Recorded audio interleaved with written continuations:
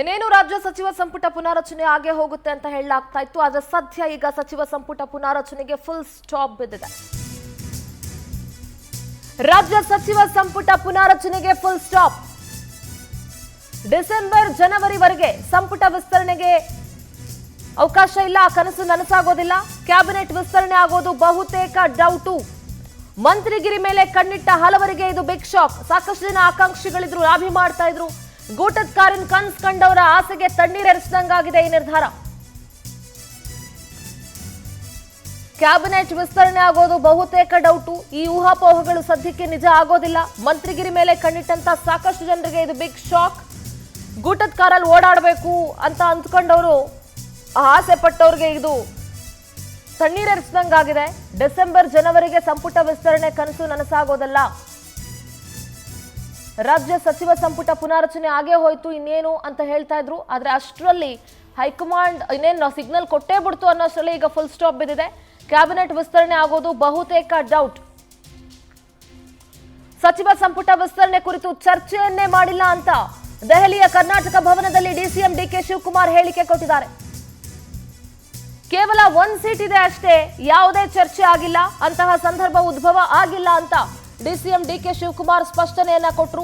ಸಂಪುಟ ಪುನಾರಚನೆಗೆ full stop ಇಟ್ಟಿದ್ದಾರೆ DCM DK Shivakumar. ಯಾರೆಲ್ಲ ಲಾಭಿಯನ್ನ ಮಾಡ್ತಾ ಇದ್ರು, ಯಾರೆಲ್ಲ ಕನಸುಗಳು ಕಟ್ಕೊಂಡಿದ್ರು, ಯಾರೆಲ್ಲ ಬಾಯಿಗೆ ಬಂದಂಗೆ ಸ್ಟೇಟ್ಮೆಂಟ್ ಗಳನ್ನ ಕೊಡ್ತಾ ಇದ್ರು, ಆ ಎಲ್ಲದಕ್ಕೂ ಕೂಡ ಫುಲ್ ಸ್ಟಾಪ್ ಇಟ್ಟಿದ್ದಾರೆ ಕೆಪಿಸಿಸಿ ಅಧ್ಯಕ್ಷ ಜೊತೆಗೆ ಡಿಸಿಎಂ ಡಿಕೆ ಶಿವಕುಮಾರ್. ಸಂಪುಟ ವಿಸ್ತರಣೆ ಬಗ್ಗೆ ಚರ್ಚೆನೇ ಮಾಡಿಲ್ಲ. ದೆಹಲಿಯ ಕರ್ನಾಟಕ ಭವನದಲ್ಲಿ ಸ್ಪಷ್ಟನೆ ಕೊಟ್ಟಿದ್ದಾರೆ. ಈಗ ಎಲ್ಲರೂ ಕಾತರದಿಂದ ಕಾಯ್ತಾ ಇರೋದೇನು ಅಂತಂದ್ರೆ ಸಂಪುಟ ವಿಸ್ತರಣೆ ಅಂತ ಸಂದರ್ಭ ಈಗ ಹಾಗೆ ಇಲ್ವಲ್ಲ, ಒಂದೇ ಒಂದು ವೇಕೆನ್ಸಿ ಇದೆ ಅಷ್ಟೇ. ಅದನ್ನು ತುಂಬಾ ಅಂತ ಇನ್ನ ಚರ್ಚೆ ಇರೋದಾಗಿಲ್ಲ.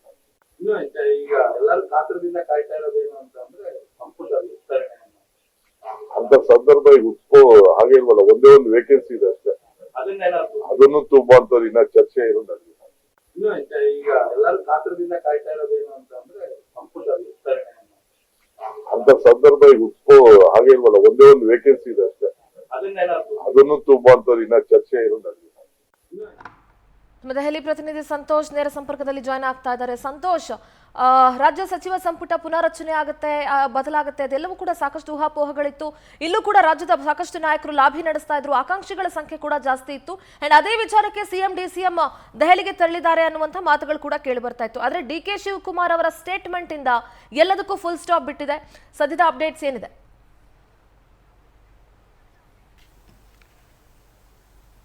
ಸಿಂಧೂರ, ಸಹಜವಾಗಿ ಸಾಕಷ್ಟು ರೀತಿಯಾದಂಥ ನಿರೀಕ್ಷೆಗಳನ್ನ ಈ ಒಂದು ಸರ್ಕಾರದಲ್ಲಿ ಇರುವಂತಹ ಬಹುತೇಕ ಸಚಿವರುಗಳ ಕೆಲಸಗಳ ಬಗ್ಗೆ ಒಂದು ತೃಪ್ತಿದಾಯಕವಾಗಿರಲಿಲ್ಲ ಅನ್ನೋದ್ರ ಬಗ್ಗೆ ಕೂಡ ಚರ್ಚೆಗಳು ರಾಜಕೀಯವಾಗಿ ಹಾಗೂ ಸಾರ್ವಜನಿಕವಾಗಿ ಕೂಡ ಕೇಳಿ ಬರ್ತಾ ಇತ್ತು. ಆದರೆ ಈಗ ಇವತ್ತು ದೆಹಲಿಯಲ್ಲಿರುವಂತಹ ಮುಖ್ಯಮಂತ್ರಿ ಸಿದ್ದರಾಮಯ್ಯನವರು, ಡಿಸಿಎಂ ಹಾಗೂ ಇನ್ನುಳಿದಂಥ ಬಹುತೇಕ ಸಚಿವರೆಲ್ಲರೂ ಕೂಡ ಹೈಕಮಾಂಡ್ ಮಟ್ಟದ ನಾಯಕರುಗಳನ್ನ ಪ್ರತ್ಯೇಕವಾಗಿ ಭೇಟಿ ಮಾಡ್ತಾರೆ. ಅಲ್ಲಿ ಸಚಿವ ಸಂಪುಟದ ಪುನರ್ರಚನೆ ಅಥವಾ ವಿಸ್ತರಣೆ ಬಗ್ಗೆ ಚರ್ಚೆ ಮಾಡ್ತಾರೆ ಅನ್ನೋದ್ರ ಬಗ್ಗೆ ಚರ್ಚೆಗಳಾಗ್ತಾ ಇತ್ತು. ಆದರೆ ಸಹಜವಾಗಿ ಕೆಪಿಸಿಸಿ ಅಧ್ಯಕ್ಷ ಹಾಗೂ ಡಿಸಿಎಂ ಆಗಿರುವಂತಹ ಶಿವಕುಮಾರ್ ಅವರು ಒಂದು ಸ್ಪಷ್ಟನೆಯನ್ನು ಕೊಡುವಂತಹ ಪ್ರಯತ್ನವನ್ನು ಮಾಡಿದ್ದಾರೆ. ಯಾಕೆಂತ ಹೇಳಿದ್ರೆ ಇದ್ಯಾವುದೂ ಕೂಡ ಚರ್ಚೆಗೆ ಈಗ ಕಾಲಾವಕಾಶ ಅಲ್ವಾ, ಆ ರೀತಿಯಾದಂತಹ ಸಂದರ್ಭ ಸದ್ಯಕ್ಕೆ ಉದ್ಭವ ಆಗಿಲ್ಲ ಅನ್ನುವಂಥದ್ದನ್ನು ಕೂಡ ಸ್ಪಷ್ಟಪಡಿಸಿರುವಂತಹ ಗಮನಿಸಬೇಕಾಗುತ್ತೆ.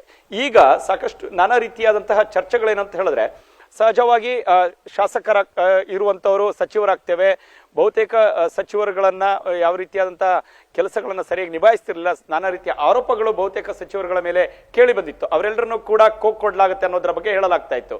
ಈಗ ಅದೆಲ್ಲದಕ್ಕೂ ಕೂಡ ಬ್ರೇಕ್ ಆಗದಂತೆ ಕಾಣ್ತಾ ಇದೆ. ಒಂದು ಸ್ಪಷ್ಟವಾಗುತ್ತೆ, ಇವತ್ತು ನಡೆಯಲಿರುವಂತಹ ದೆಹಲಿಯಲ್ಲಿ ಕಾಂಗ್ರೆಸ್ CWC ಸಭೆ ನಡೆಯಲಿದೆ. ಮಧ್ಯಾಹ್ನ 2:30ಕ್ಕೆ ನಡೆಯಲಿರುವಂತಹ ಸಭೆಯಲ್ಲಿ ದೇಶದ ಕಾಂಗ್ರೆಸ್ನ ಸದ್ಯಕ್ಕೆ ಮಹಾರಾಷ್ಟ್ರ ಮತ್ತು ಹರಿಯಾಣ ಚುನಾವಣೆಯಲ್ಲಿ ಹೀನಾಯ ಸೋಲನ್ನು ಕಾಂಗ್ರೆಸ್ ಅನುಭವಿಸಿದೆ. ಇದಕ್ಕೆ ಪ್ರಮುಖ ಕಾರಣಗಳೇನು, ಪಕ್ಷದಲ್ಲಿ ಇರುವಂತಹ ಒಡಕುಗಳೇನು, ತೊಡಕುಗಳೇನು, ಜೊತೆಗೆ ಇದರ ಸೋಲಿನ ಪರಾಮರ್ಶೆಯನ್ನು ಮಾಡುವಂತಹ ಪ್ರಯತ್ನವನ್ನ ಇವತ್ತಿನ ಸಭೆಯಲ್ಲಿ ಮಾಡಲಿದ್ದಾರೆ ಅನ್ನುವಂಥದ್ದು ಸ್ಪಷ್ಟ. EVM ವಿಚಾರದಲ್ಲೂ ಕೂಡ ಇತ್ತೀಚೆಗೆ ನಾನಾ ರೀತಿಯಾದಂತಹ ಆರೋಪಗಳು ಕೇಳಿ ಬರ್ತಾ ಇದೆ. ಜೊತೆಗೆ ಅನುಮಾನಗಳನ್ನ ಕಾಂಗ್ರೆಸ್ನ ಬಹುತೇಕ ಕೇಂದ್ರ ನಾಯಕರುಗಳು ವ್ಯಕ್ತಪಡಿಸ್ತಾ ಇದ್ದಾರೆ. ಇದರ ಕುರಿತಾಗಿ ಕೂಡ ಇವತ್ತು ಚರ್ಚೆ ನಡೆಯುವಂತ ಸಾಧ್ಯತೆಗಳಿದೆ.